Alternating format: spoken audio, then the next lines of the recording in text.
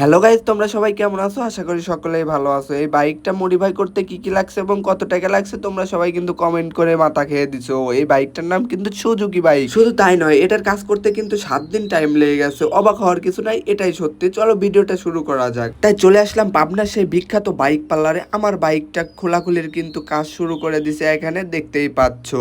এখানে আবার স্টিকারও একজন করতেছে, এখানে দুইজন লাগায়া দিছে। একদম লোক কিন্তু অভাব নাই কাজ করার।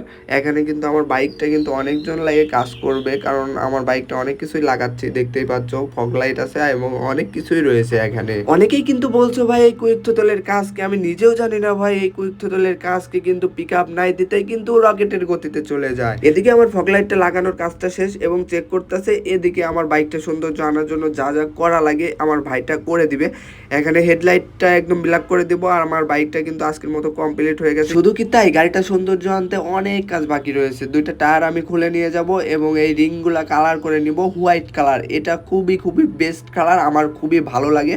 এবং দুই ভাই মিলে চলে আসলাম মা পেন্টিংয়ে, মাহফুজ ভাইয়ের দোকানে। এই রিংটি ফিনিশিং দিতে 4 দিন টাইম লাগছে এবং অনেক সুন্দরভাবে ফিনিশিংটা দিছে, আমার অনেক ভালো লাগছে। শুধু তাই না, আরো কিছু কাজ করা বাকি আছে। ডিআরএল মিআরএল লাইটিং ম্যাটিং করব গাড়িতে, সৌন্দর্য আনার জন্য যা করা লাগে তাই করব আজকের ভিডিওতে। এবং এদিকে আমার নাম দিয়ে দেবো, ইউটিউব চ্যানেলের নাম এবং ফেসবুক পেজের নাম। গাইজ এবার তোমাদেরকে দেখিয়ে দেবো সুজুকি গাড়ির লুকটা কেমন আনতে পারছি, এবং কমেন্ট করতে ভুলবা না যদি ভালো লাগে। ও ভাই সাহেব, আমি বলে বোঝাইতে পারবো না আমার গাড়িটার লুকটা কিরকম ভয়ঙ্কর আসছে, আমার অনেক অনেক ভালো লাগছে।